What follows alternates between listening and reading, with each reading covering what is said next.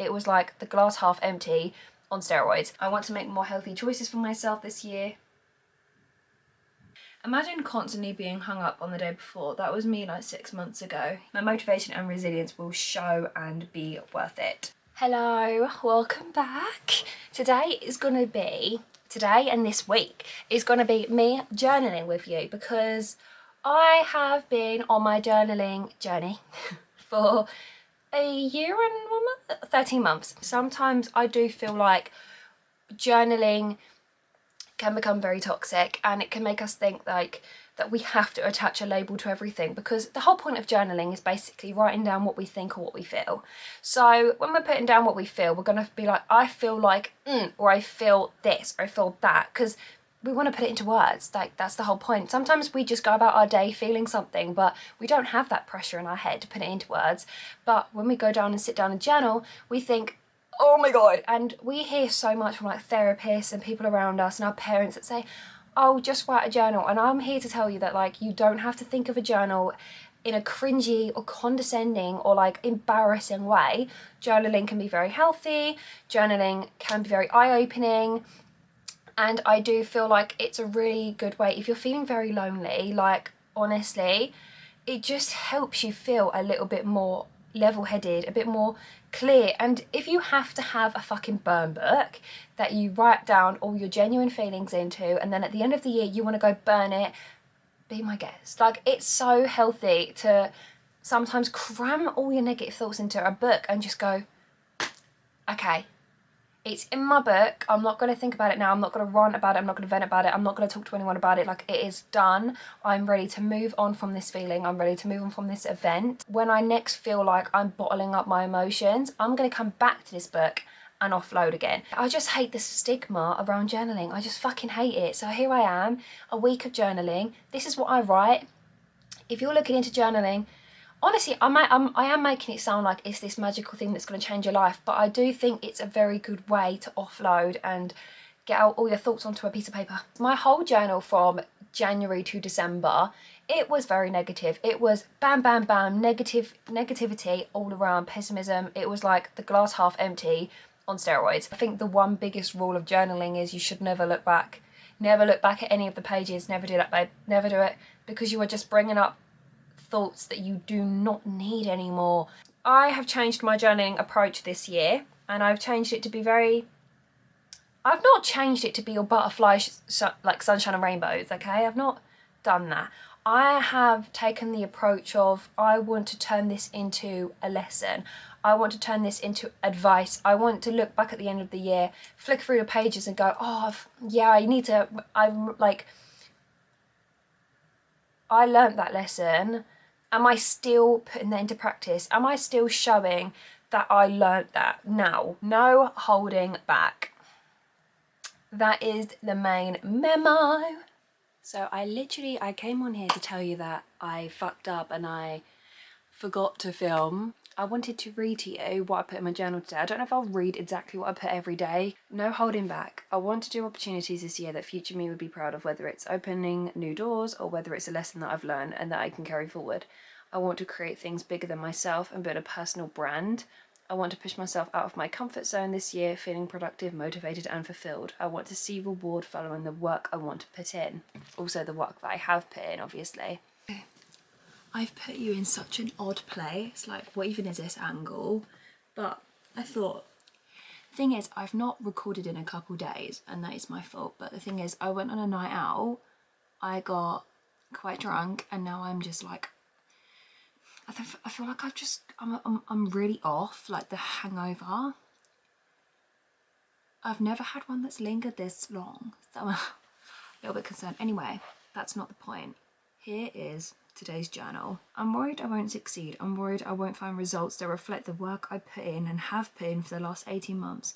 The fear of starting something new hopefully translates to the reward of hard work. If I remain anxious and reserved, I will remain in the same position in 6 months, in a year. I need to trust the process and trust the universe. I won't let fear stop me from taking the big leaps in life. I cannot remain reserved if I want to keep moving forward. Good things come to those who wait. If I remain patient, I will see the reward and growth. I am willing to go through trial and error to being the best version of myself. Preach, sister. I do feel like I'm having a bit of a stuck day. You would have seen last night I literally did my diary. Basically I'm doing 2 in 1 day because I did it so late last night. Lol. Sometimes the thing is, you shouldn't have a schedule.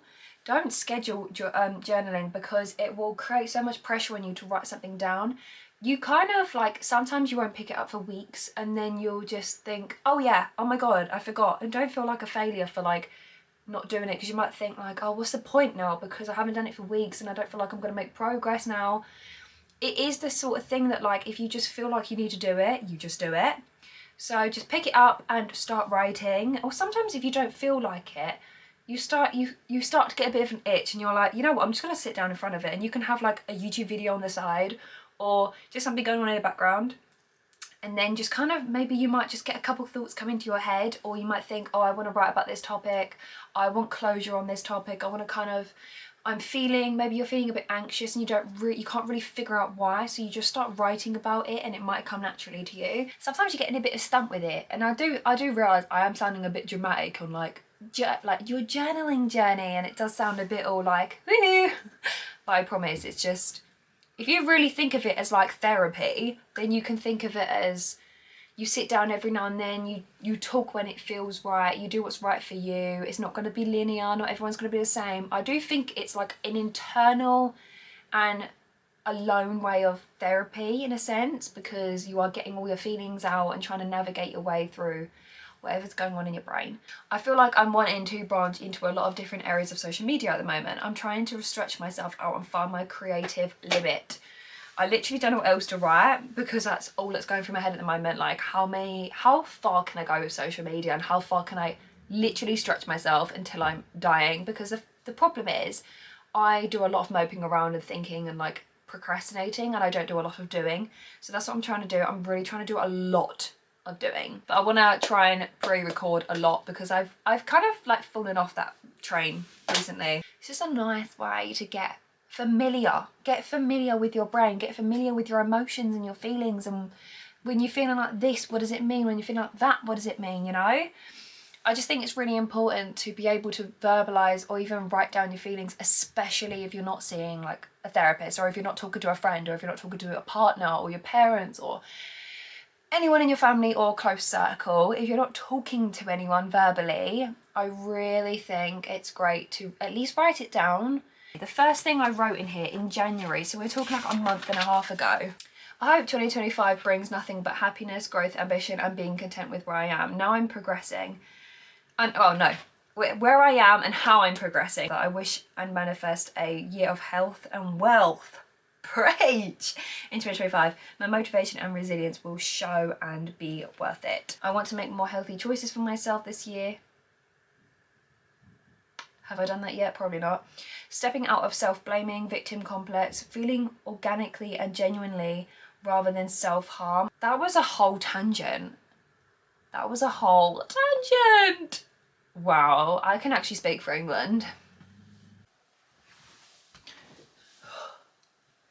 Okay, if you can hear any background noise, obviously just ignore it. I feel like we're pretty used to that in my videos now.